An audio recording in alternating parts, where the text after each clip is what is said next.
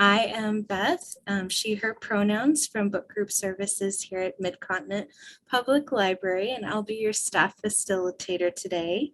And some best practices for this program are we just ask that you stay muted during the presentation. Feel free to put questions in the chat. I will be monitoring there. And this will be recorded for archival purposes. For those of you who do have physical copies checked out, I will be renewing those for you. And if you have any questions, please email booktalk@mymcpl.org. And I would like to introduce Doug Richardson of the National Park Service. Doug is about to start his 30th year with the National Park Service and has served at 8 national parks in 4 states.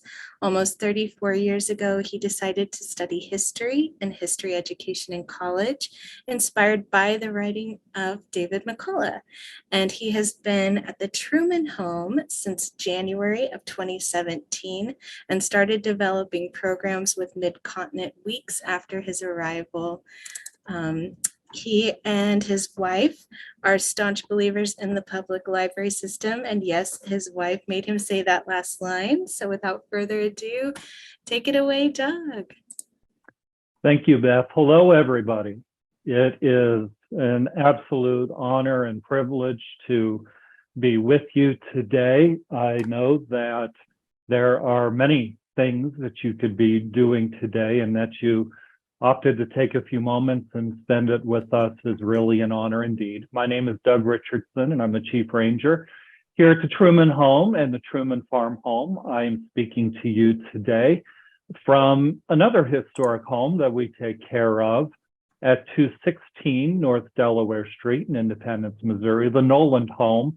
This home belonged to Harry Truman's Uncle Joseph, his Aunt Ella, and his cousins Mary Ethel, Nellie, and Ruth. And the Nolans were a very important part of President Truman's family and life, and part of that family network that really supported Harry Truman throughout his life, and particularly during his public service career. So I'm speaking to you today from one of the bedrooms inside of the Noland home. And speaking of this park, we've been really happy recently because Harry S. Truman National Historic Site marked its 40th anniversary as a unit of the National Park Service a few days ago. And that really means a lot to us. It's sometimes hard to get really excited about a piece of legislation, but we are still humbled that the legislation creating this park was passed enthusiastically. And so it has just been a wonderful 40 years of working with the public, with visitors, and with partners, including the City of Independence, the City of Grandview, of course, the millions of visitors who have come here over the years. And on a personal level, one of the great joys of working here is working with Mid-Continent Public Library. We have done so many things together that have been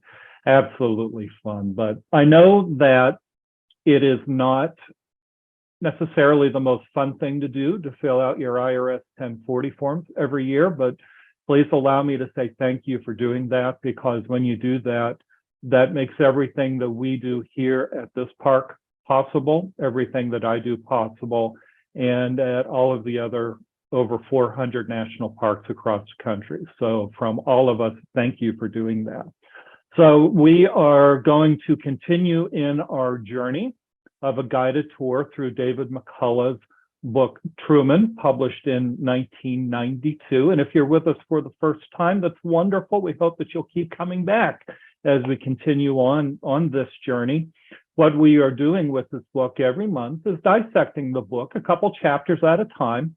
And I love showing you some of the tools, documents, photographs, artifacts, such that Mr. McCullough used in assembling this book.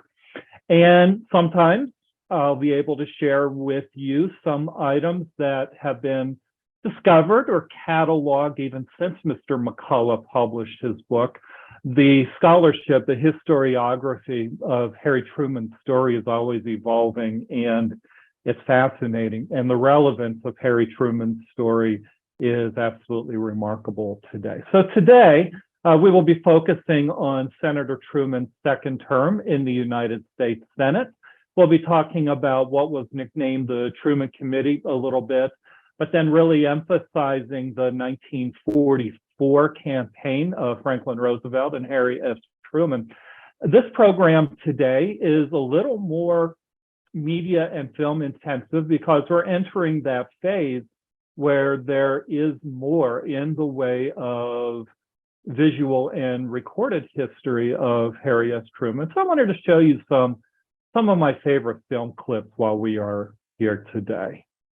This program is again brought to you as a partnership between Harry S. Truman National Historic Site, the National Park Service, and Mid-Continent Public Library. And I just really encourage all of you to go to Mid-Continent Public Library's website or to the social media page and look at events. And there's so many branches around the area, and find something. I guarantee it, there's something that will tempt you. And please come to our website too, and you'll find that we have some pretty fun events scheduled for the rest of the year. So as we said goodbye last month, Senator Truman was finishing up his first term in the United States Senate. And if we had the opportunity to talk to President Truman, he would really tell you that on a professional level, he was probably happiest in the United States Senate. And one of the nicknames that the Senate has gained over the years is the world's greatest deliberative body. And Truman really took that to heart. He took the job as United States Senator very seriously. When he was sworn into the body in 1935, he immediately put his nose to the grindstone and studied Senate rules and parliamentary procedures, the history of the Senate, and how and why bills and laws are created and how committees work. Senator Truman had to overcome a few obstacles in this job, the biggest of which was that some in the United States Senate, some in the media, even some in the state of Missouri, looked upon Senator Truman as little more than a pawn or a puppet of the political machine of Thomas Pendergast here in Kansas City. And in his first days in the United States Senate, some people referred to Harry Truman as the senator from Pendergast. But Senator Truman really worked hard to get to know his fellow senators, to get to know members of the body on the other side of the United States Capitol, the members of the House of Representatives, and working with his constituents here in Missouri. And he just grew to love this job, and he was absolutely enthralled with the job. But as the Constitution prescribes, every 6 years for United States senators, they must stand for re-election. And so come 1940, Senator Truman, had to decide whether he was going to run again, and he was inclined to do so. Many of us believe that Senator Truman could have and would have spent more time in the United States Senate had not some of the events we're going to talk about later come into play. So Senator Truman just adored the body of the Senate and all of the work that went in it. But in 1940, could Senator Truman, now that Thomas Pendergast was disgraced, his machine was falling into crumbles, and Pendergast himself was in jail for tax evasion, could Senator Truman break himself free of that association from Thomas Pendergast, win again, and gain the respect and confidence of his constituents and his colleagues in the United States Senate? But what really mattered to Harry Truman is that he did have support where it did matter the most. So I chose some of my favorite photographs for you. The photograph on the left of your screen is of Senator Truman making a campaign stop. Now, today, when a United States senator runs for an election or re-election, we are really bombarded with campaign messages and videos and photographs on television, on 24-hour news channels, on social media, Facebook, Twitter, Instagram, TikTok. And it's almost to the point where some people say today it's overload. Well, it was, of course, a different ballgame in 1940. Radio was certainly important. But really, for Harry Truman at that time to campaign, when you're a United States senator, you campaign, of course, in your own state. So Senator Truman put a lot of miles on his car and shook a lot of hands and met a lot of people. And it wasn't necessarily a matter of big rallies and big meetings and big campaign events like we think of today. It was stops in small towns. Missouri, if you haven't been here, it's full of some of the most wonderful, wonderful small towns with your small country store and your small public library and your wonderful little churches and just wonderful people. So he was able to go to all of these small little towns across the state in his vehicle and make that really personal connection. Now, yes, Senator Truman is using a microphone in that photograph, and I wish we had a photograph of the other direction to know how many people that he is talking to. But Truman, when he spoke to people, even using a microphone, he, like so many politicians and leaders, he had an ability to, despite a microphone, make you feel like he's talking to you. And Franklin Roosevelt helped to pioneer that concept, that even when Roosevelt delivered one of his famous fireside chats on the radio, he's speaking to millions of people, but people remembered when they were listening to Roosevelt, they felt like he was just talking to them. And Senator Truman felt that same way.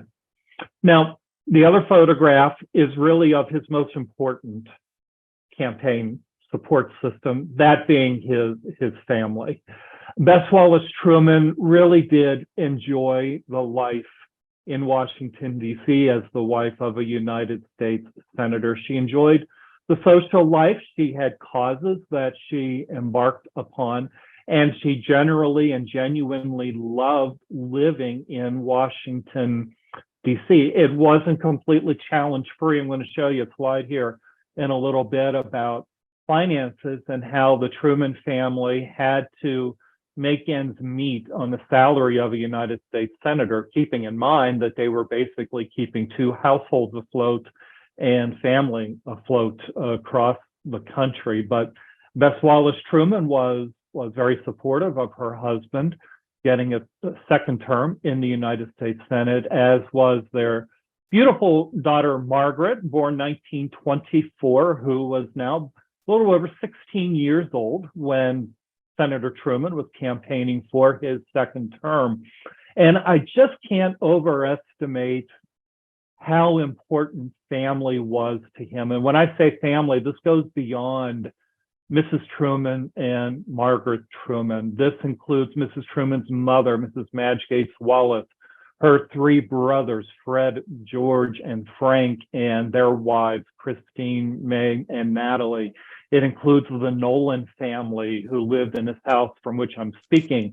It includes Harry Truman's mother still living in Grandview, Missouri, his sister Mary Jane, his brother John Vivian, and his lovely wife Luella and their children, and all of the cousins and extended family. This family, they really served as sort of like an airbag or something that really supported Senator Truman, and they always stepped up when he needed it, especially when the job was pushing him to the point of exhaustion.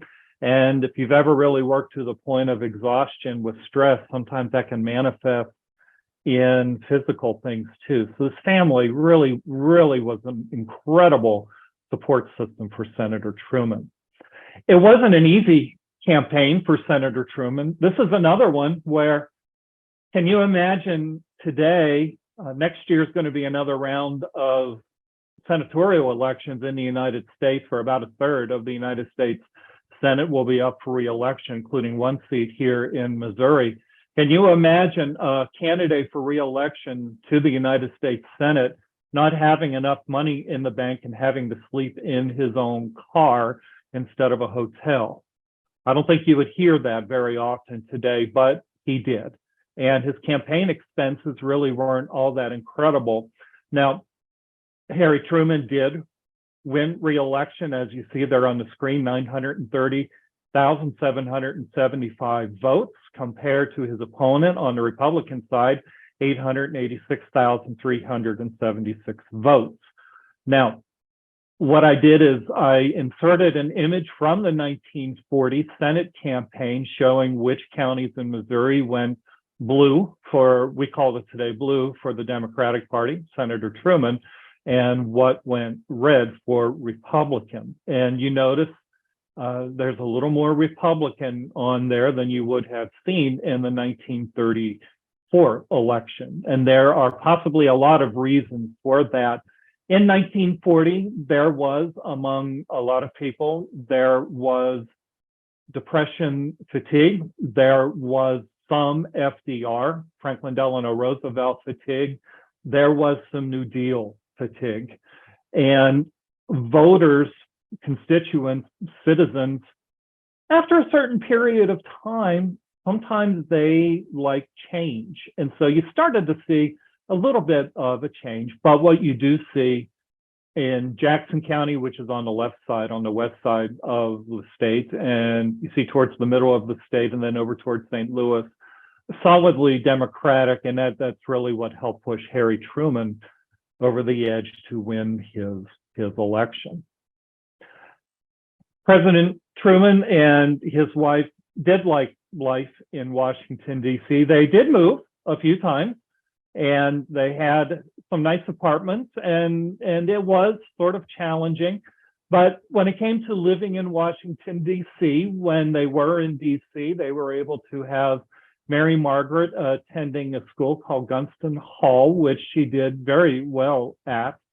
And both Senator and Mrs. Truman and Margaret Truman had a very active social life in Washington, D.C., and they had interests in Washington, D.C. And as somebody who really liked history, as Mr. McCullough references in the book, it was really a thrill for Harry Truman to escape from the Capitol and go and explore historic sites in Maryland and Virginia and Washington, D.C. and elsewhere, and immerse himself into the latest biographies. I love that the McCullough and others make reference to, at this point, Truman was devouring a large 4-volume biography of Robert E. Lee, somebody whom Harry Truman very much admired. Now, that biography, that massive biography of Robert E. Lee, is considered to us today a classic.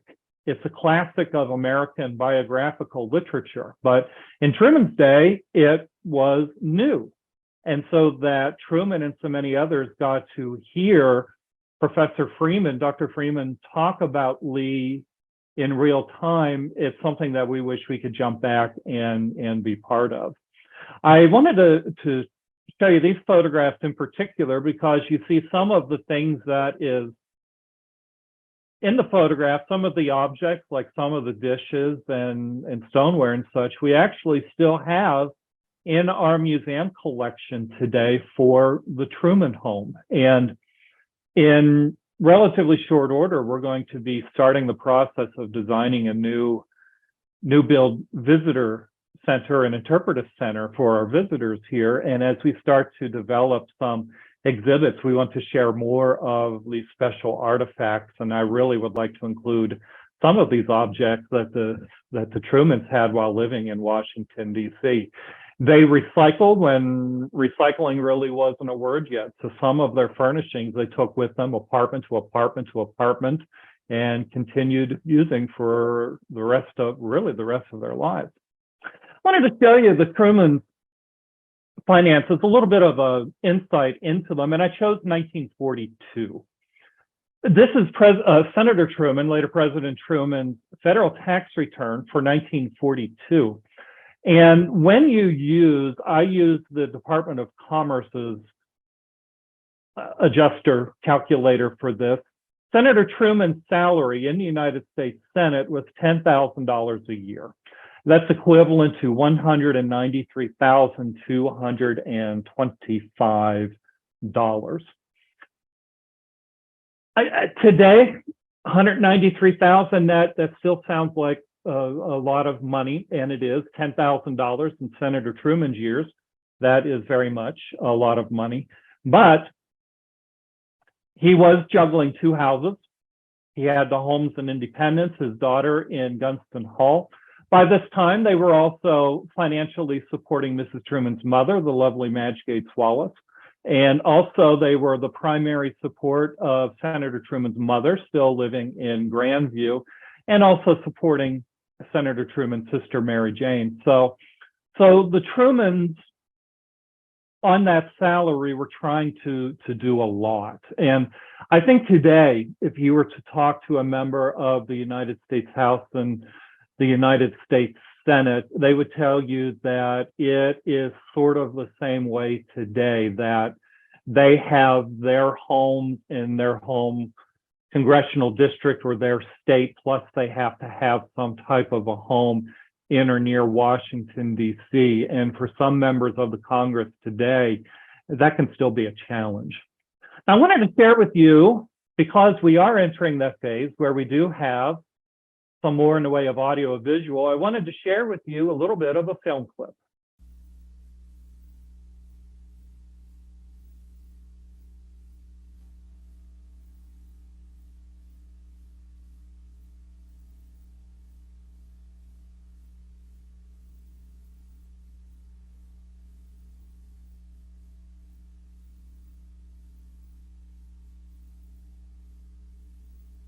And we are about halfway through this film clip, and I know some of you might be tugging your AirPods or whatever, trying to make sure that the sound is working. I did this on purpose. This is a clip of Senator Truman speaking. Unfortunately, there is no sound with this clip. A little bit of background. I remember when I first started here in 2017, one of the archivists down the road at the Truman Library showed me a collection of small film clips that they had. And they were in the process of starting to digitize these, update the formats, and then make them publicly available. So that was a really neat process. And as they did that, as some of these old film strips and pieces of film and such were being digitized, they unfortunately found that some of the clips, either the sound was not present or the condition was such that the sound was not able to be recovered. In America, we have over a century now, well over a century of some wonderful, groundbreaking films. If you're a fan of films, you may have learned that it's estimated that over 70% of silent films made in this country were lost and have been lost. Well, film preservation is something that is very near and dear to a lot of us, not only when we speak about entertainment films, but when we think about pieces of historic film like this. So we wish that we knew what specifically Senator Truman was talking about there and what he was saying, but unfortunately for that clip, the sound does not survive. But how about this one? I'm going to share one with you here that I really like. In the early 1960s, former President Truman worked with some writers and some producers and created a 26-part television series called Decisions. And the purpose of this television series was to give a little bit of insight into Truman personally, but then more importantly, share the most important decisions that he had to make as president of the United States and how and why he made those decisions. One of the things that our friends at the Truman Library have wonderfully done is digitize a bunch of these outtakes from the decision series. I don't want to call them bloopers because they're not really bloopers as we think of them, like with Dick Clark's bloopers and practical jokes, but these are really interesting outtakes. So I want to share with you one of the outtakes for decisions. Now, for this one, there is some sound and a part is silent. And the part that's silent, we wish we knew what he was saying, but unfortunately, such is the case. Cut, please. 10, take one. I felt that I was in some ways prepared. I had a lot to learn, but I'd already learned a lot. People are essentially the same, whether they are negotiating on a county level or the international level at Washington. I was a member of the United States Senate for 10 years and served on 3 of its most important committees. Those 10 years were the most satisfying of my life. In 1934, when I took the oath for Senate office, I was pretty solemn. There I was, a representative of all the United States. Now, did I fit here? But the Senate whip came over and he said to me, "Harry, you sit here for the first 6 months and wonder how you got here. After that, you'll wonder how the rest of us got here." But there in the Senate, this is just about the way I felt. But the Senate, I made friends there. The Senate is a wonderful place to serve. Cut. I just love these outtakes. When former President Truman was working with his production company to make this series, he repeatedly told them, he said, "Now don't you try to make a play actor out of me." It's not that President Truman was uncomfortable in front of a camera. He just was determined that they weren't going to make a Cary Grant or a Jimmy Stewart out of him.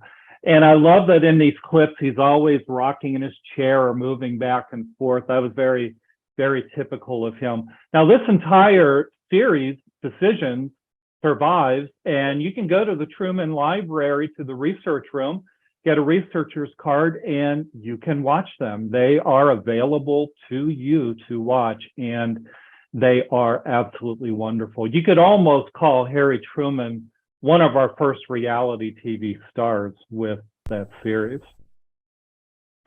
All right. I'm going to share something with you that we have been kicking around at the Truman home now for a little bit. If you have ever been on a tour of 219 North Delaware Street and come into the dining room at the Truman home, you'll see a beautiful table set there with a handful of chairs beautifully set by Margaret Truman Daniel when the home opened. But we've had a mystery about that table as to where it was bought, how old it is, and things like that. And so even the federal government doesn't know everything. And so there are some mysteries with the Truman home. Well, not long ago, I was doing some research into the Truman family financial files, and I came across this receipt from a furniture store in Washington, D.C. And what caught my eye was, of course, that it's a piece of furniture that was being delivered to Truman and his family at their Connecticut Avenue apartment. And what caught my eye was under the description, it says VR table. And I thought, really? And I wondered, could this possibly be the table that is in the dining room of the Truman home? So very excitedly, almost like a little boy at Christmas time, I showed this receipt, this invoice to our curator. And we've been sort of kicking this around, trying to figure if we can match any numbers, serial numbers or anything with this table. And we just haven't quite been able to make that connection yet, but I'm really hopeful. And By the way, I'd like to encourage all of you to come back to the Truman home and see this table. But if you happen to come here around Christmas time, where we have special Christmas flowers set up in the dining room there, the place settings will be gone. The table will be almost bare. The reason I mention that is that on that table, on the south side, there are places where you can see Harry S. Truman's signature etched into the wood, where he had signed his name so many times that you could see his signature there. That's very thrilling to those of us.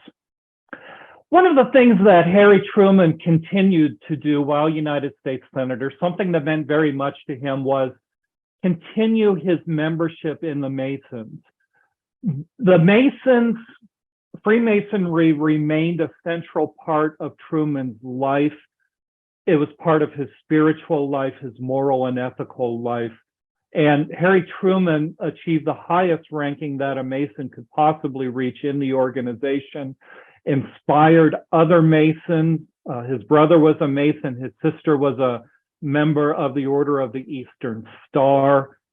So it's an organization that meant a lot to the family. And Senator Truman continued as a member, but then also he tried to lend his name to some of the special causes of the Masons. So one of the wonderful film clips that survives from this period is Truman trying to raise awareness for special Masonic need.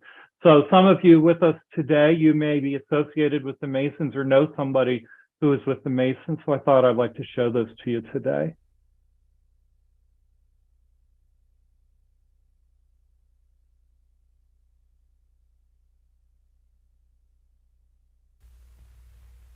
As a past Grand Master of the great state of Missouri, I'm very much interested in the Masonic Service Association.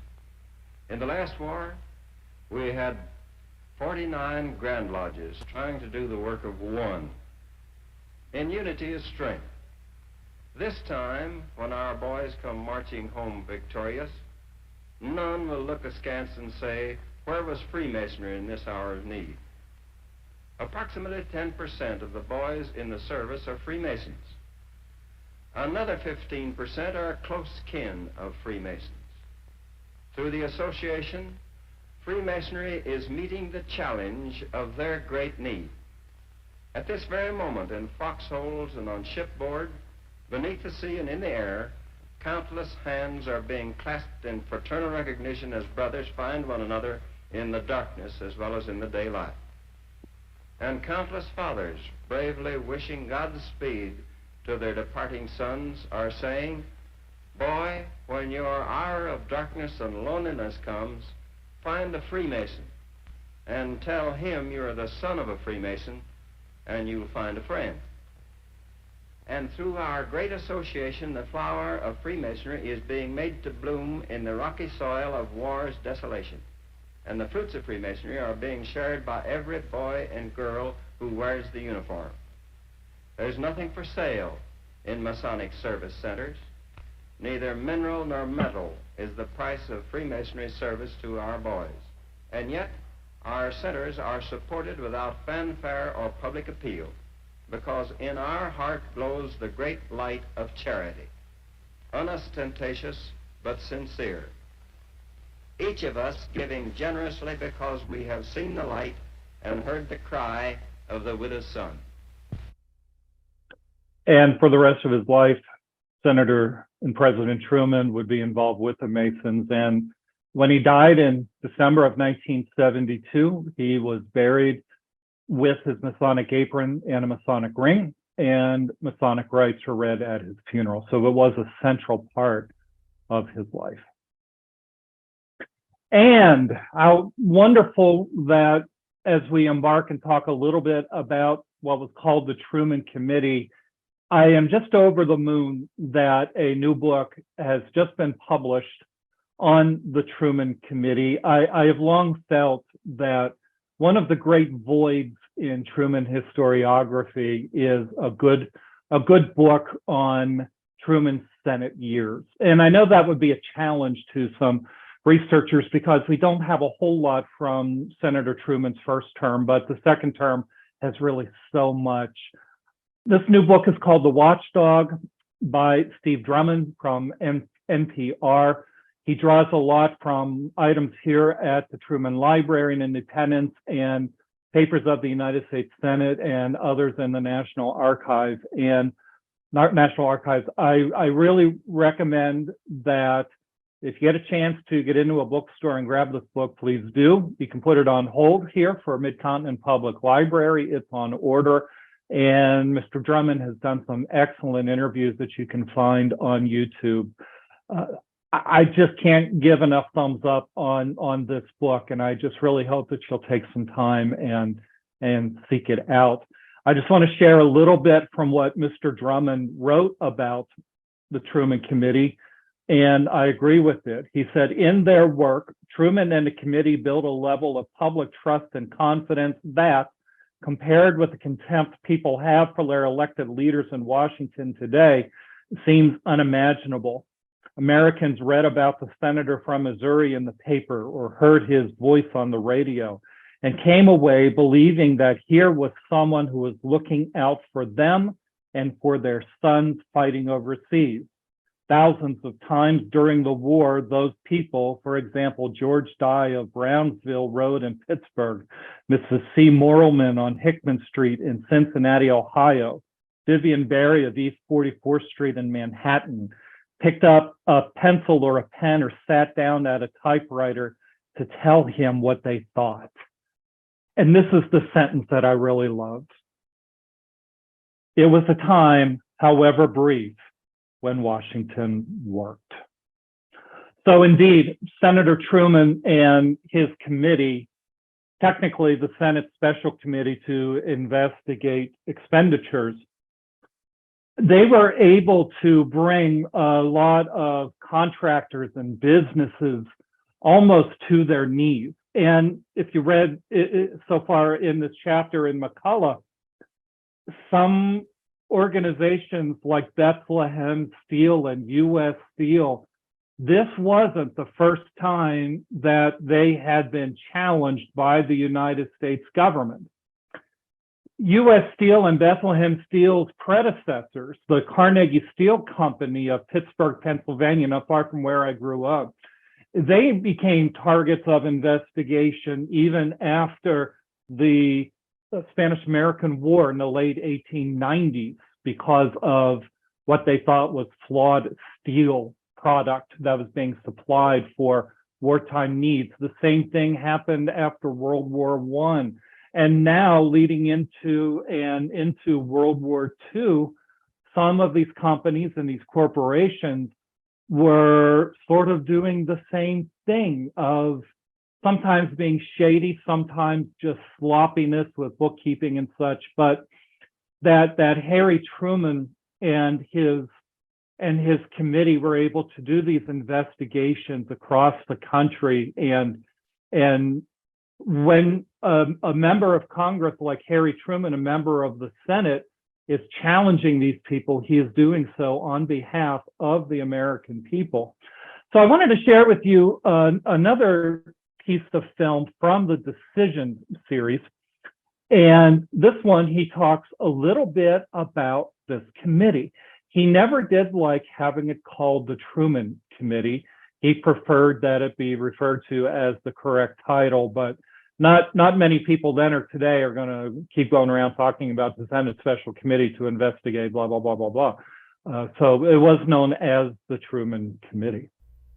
Thank you very much. But the proper thing, in my opinion, at that time, was to give the small man in business a chance so he could start on a par with the big business when they got ready to start.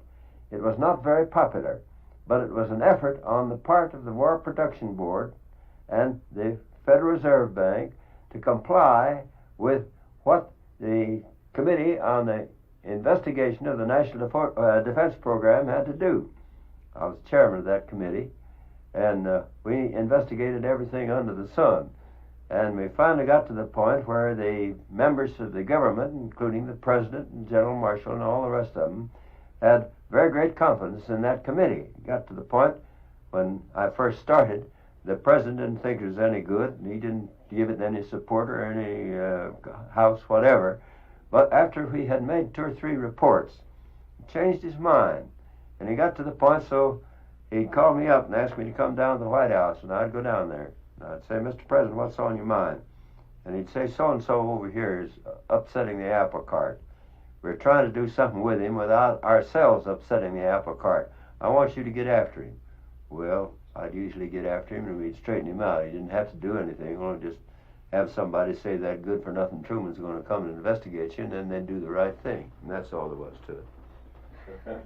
Could you tell us the reaction of big business to this kind of And yeah, just because of the condition of these film clips, these outtakes, there are some where the sound strip was completely deteriorated and they weren't able to recover it. It's those moments you wish you could jump in and hear what he's talking about there.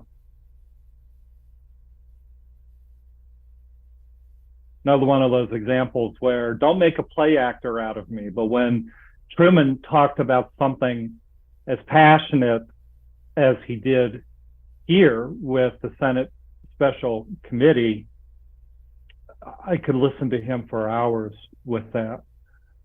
Someday, maybe as technology just keeps getting better and better and better, maybe someday somebody will be able to recover some type of sound from these strips. But a lot of these interviews also made it into the final cuts of Decision. So I really do hope that you take some time and go over to the Truman Library and watch these.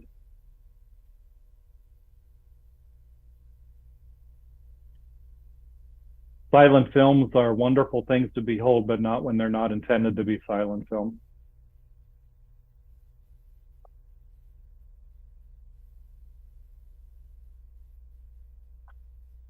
By the way, some of these film clips were recorded here in Independence, a lot over at Fort Leavenworth.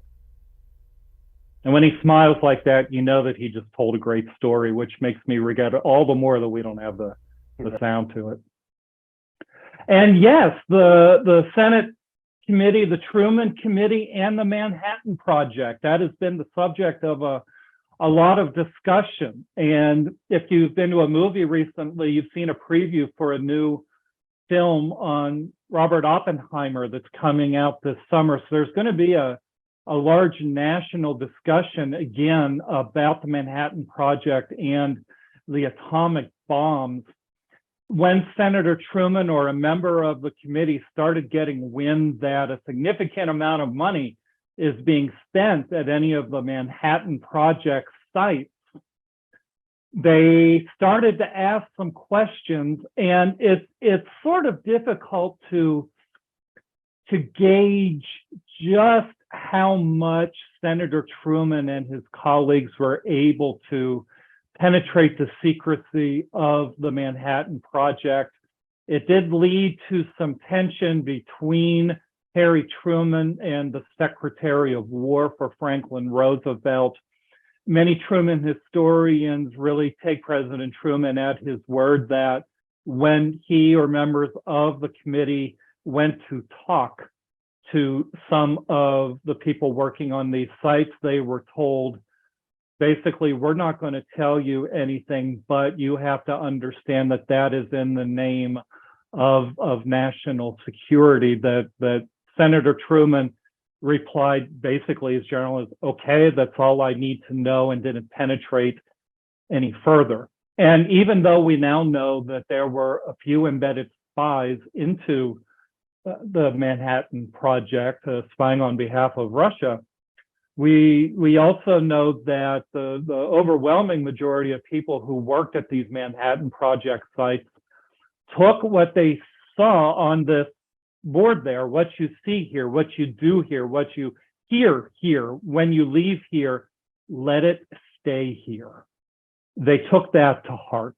And there are people who worked at some of the Manhattan Project sites who never talked anywhere to anyone about what they did on that project. Many of them took it to their grave. And on one hand, you want to really admire that. On the other hand, there's some things I wish we knew a little bit more about. But it did lead to, I would call it, some minor strife between the Truman Committee and the White House. But again, Senator Truman and the others, they knew that it was a different ballgame now, and that they were going to err on the side of national security. So the transition from Senator Truman to Vice President Truman, you know, even today, in even what I do here at the park, we always do a cost-benefit ratio analysis for almost everything. Honestly, I do it for this program. We figure out, okay, what is this program sort of costing in terms of personnel and such, and is there a benefit? And please know that, yes, the benefit is absolutely outstanding because I have all of you wonderful people here. But what we do is, in open, honest, and transparent government, we strive here at the Truman Home and every park I've worked at to make sure that we are accountable to you for every single dollar that we spend. So you can come here today and we'll show you the books, okay? Truman was a believer in that too. That was one of the founding principles in the Truman Committee. So Harry Truman was able to turn an investment of around $300,000 or so and save the American taxpayers, it's estimated, between $15 and $17 billion. We'll never know the exact number, but most of us would agree, if not all of us, that that was a pretty good investment. And as Mr. Drummond said, it was an example of how good government can work. So that transition from senator to vice president, if Senator Truman were here right now, he would tell you, I genuinely believe that he was not interested in seeking the vice presidency or the presidency, really, that he loved his job in the United States Senate. Now, there's the old joke that every senator looks into a mirror and they see a future president. You're going to see an interesting line here in a minute, but Truman did love his work in the United States Senate, and I think he could have, if he would have, maybe done another term or two and would have been happy retiring. But I have the link on the page there of how we know a little bit about how things went down in 1944 when Vice President Wallace was taken off of the ticket, Senator Truman placed on the ticket, how and why. There have been over the years some very interesting speculation and reports and memories of documents that haven't been found. But one of the main sources of information on how this all went down is from Harry Truman's hand. So at some point he sat down and wrote all of this out, and I just wanted to show you a little bit of it. And one of the lines, finally, I said, well, if this is the situation, I'll have to say yes. But why the hell didn't he tell me in the first place? That's one of the great stories that's been passed down about this story, and that comes from Truman's hand. So there's the website there, and I'd encourage you to take a look at these. Truman's handwritten stuff is just absolutely magical. And he was the Missouri Compromise. So courtesy of PBS, I wanted to show you this marvelous little clip that summarizes it all, I think, beautifully. The entire focus of that convention was on who would be nominated for the vice presidency.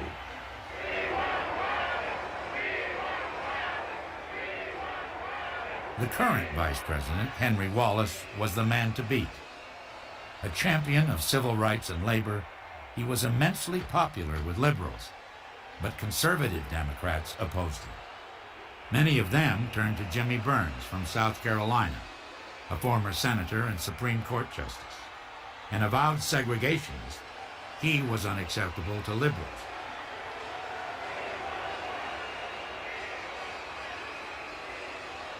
With the Democrats divided, party leaders were searching for a compromise.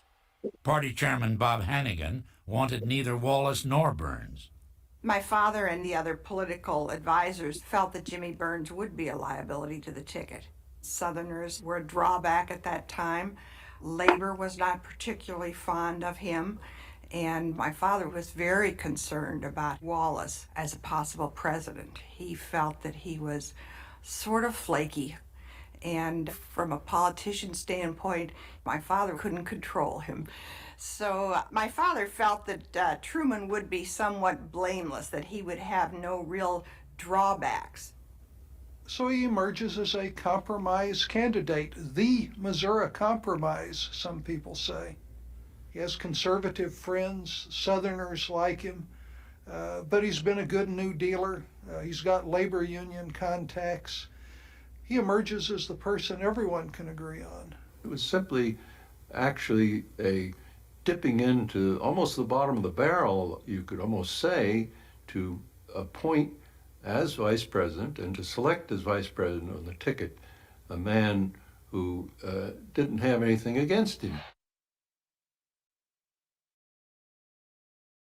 And this is one of the legendary documents from 1944. And if you remember from McCullough, how he wrote about how there was the possibility that this memo was rewritten by Roosevelt's secretary to flip the names of Harry Truman and William Bill Douglas. But here it is from July 19th, 1944. You have written me about Harry Truman and Bill Douglas. I should, of course, be very glad to run with either of them and believe that either one of them will bring real strength to the ticket, Franklin Roosevelt. So very important document. And this line has always stood out with me from the McCullough book. It's on page 309 of the hardcover edition. Reflecting on Truman's frame of mind years later, John Snyder would say it wasn't so much that Truman didn't want to be president, but that he didn't want to succeed Franklin Roosevelt, which was different. And that's an important point, that you almost feel sorry for anybody who was running to replace Franklin Roosevelt, or there were enough people in the know who knew that Franklin Roosevelt was failing, but they didn't necessarily want to change horses in midstream. So many people recognize that in 1944, not only were they choosing their president and their nominee, they were also, as vice president, maybe likely choosing the next president of the United States as well. Some people weren't necessarily happy about this. So during that dramatic convention and the flip from Henry Wallace and the floor fight eventually coming to Senator Truman, one person who wasn't very happy about this genuinely was Bess Wallace Truman.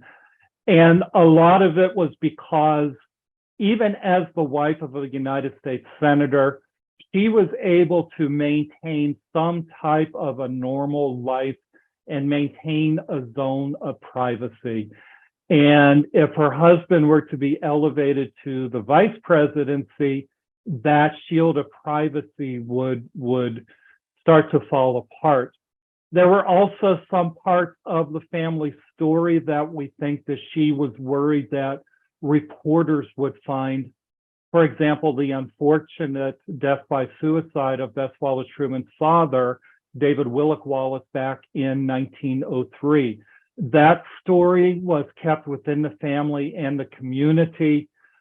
People out of respect really didn't talk much about that. And Bess Wallace Truman was really worried about stories like that coming out, particularly because she was a caregiver for her mother, David Wallace's wife, the widow.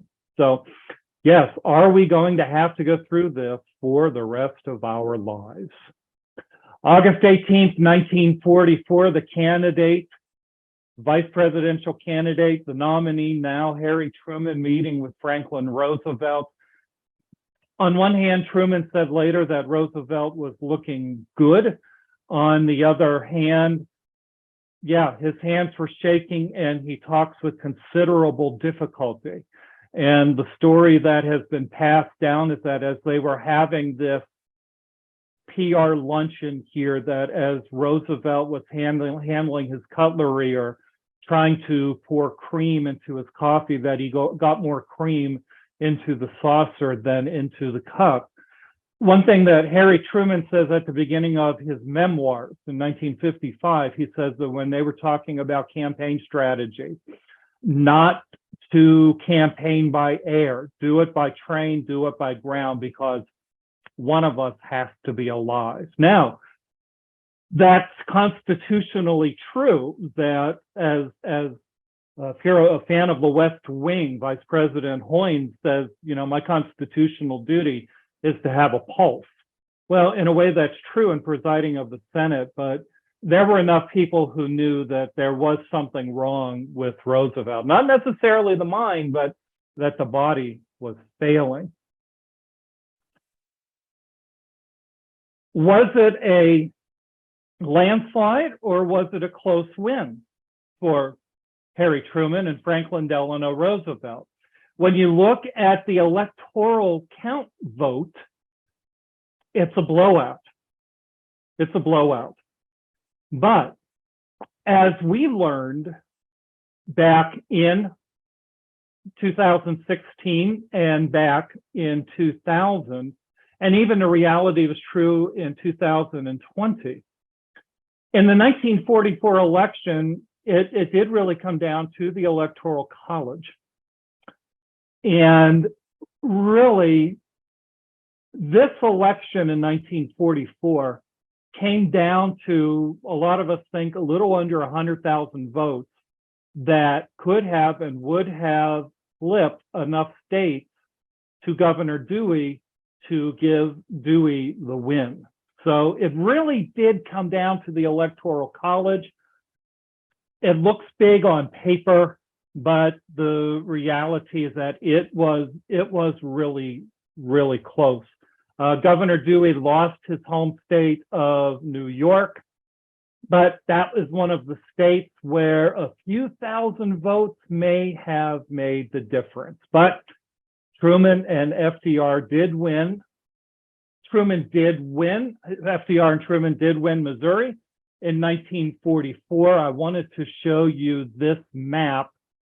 And if you remember the map I showed you a little bit ago from 1940, the Truman Senate campaign in 1940, you'll notice that there are some significant red, which we use in modern times to represent the Republican Party, and blue with the Democratic Party.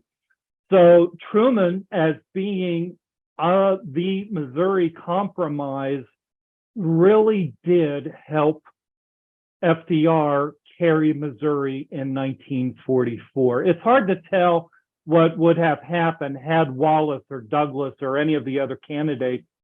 A lot of us think FDR might not have carried Missouri in 1944. So Missouri did come through for their hometown gentlemen here.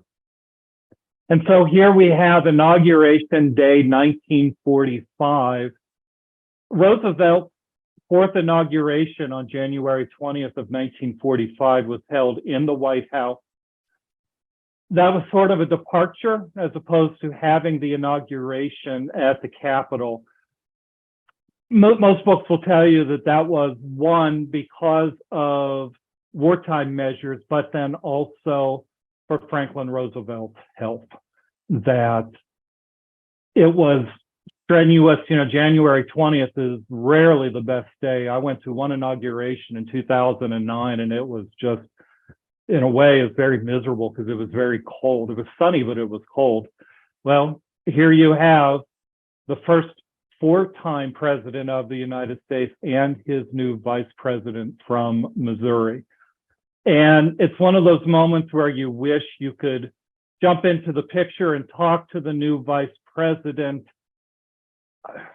He almost certainly knew that eventually, as he would have described it, he was going to come in the back door of the White House.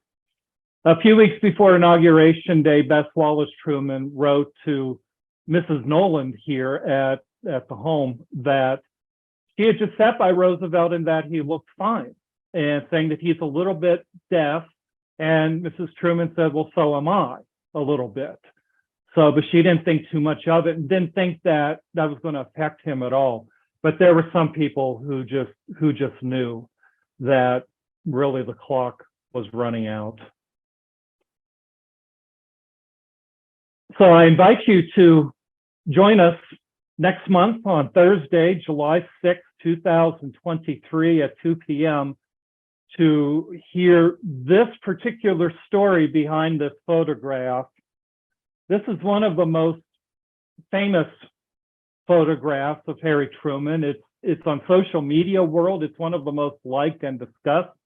And it actually has a very interesting history as to how a photographer happened to capture Harry Truman playing the piano with Lauren Bacall sitting on the top. So what I did for this month's session, I know that this chapter did go into the vice presidency a little bit, but because of time, next month I'm going to focus on the brief time as Truman, as FDR's vice presidency, and then we'll proceed into the presidency. But we will begin with this really wonderful story of Harry Truman and Lauren Bacall, although I'm not so sure that Mrs. Truman would approve of me telling that story.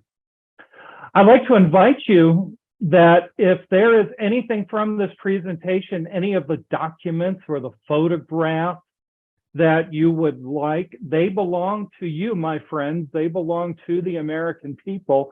And there is my address there. It's DJ Richardson at NPS, as in National Park Service.gov. And I will be more than happy to send them to you. The videos, if you would like them, I'll send you links to their YouTube page.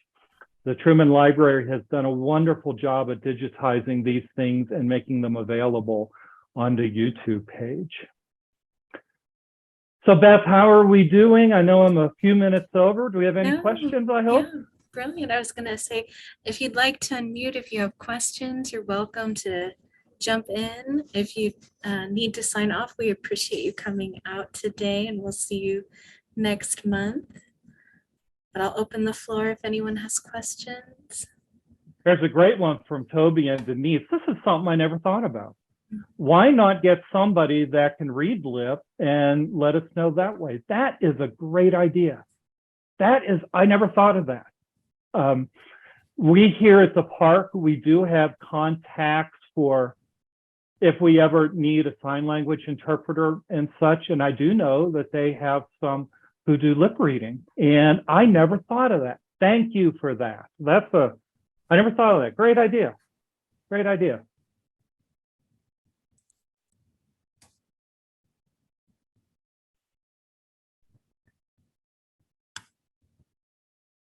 Anybody have anything else?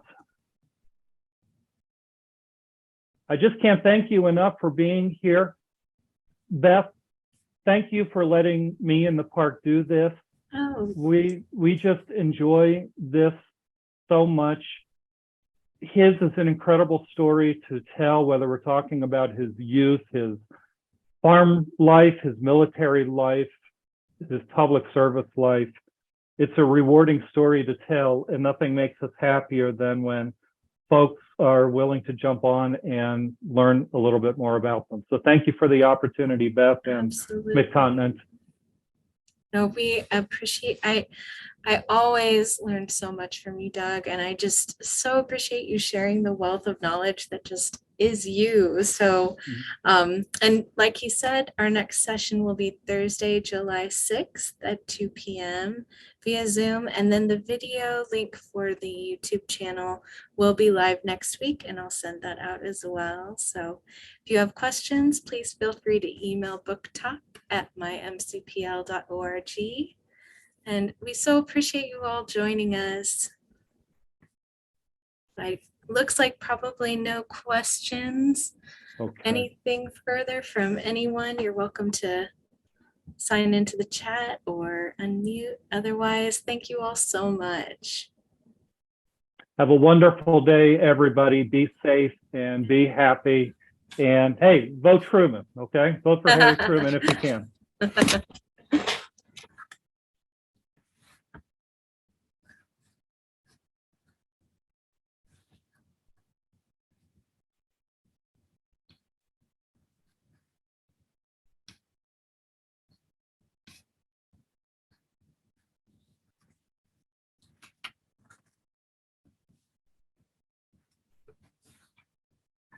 Well, thank you, Beth. That was fun. Thank you, as always, Doug. I really appreciate you. I'm trying to think of YouTube setup. I have one video that was lengthy. It was about 13 minutes. Okay.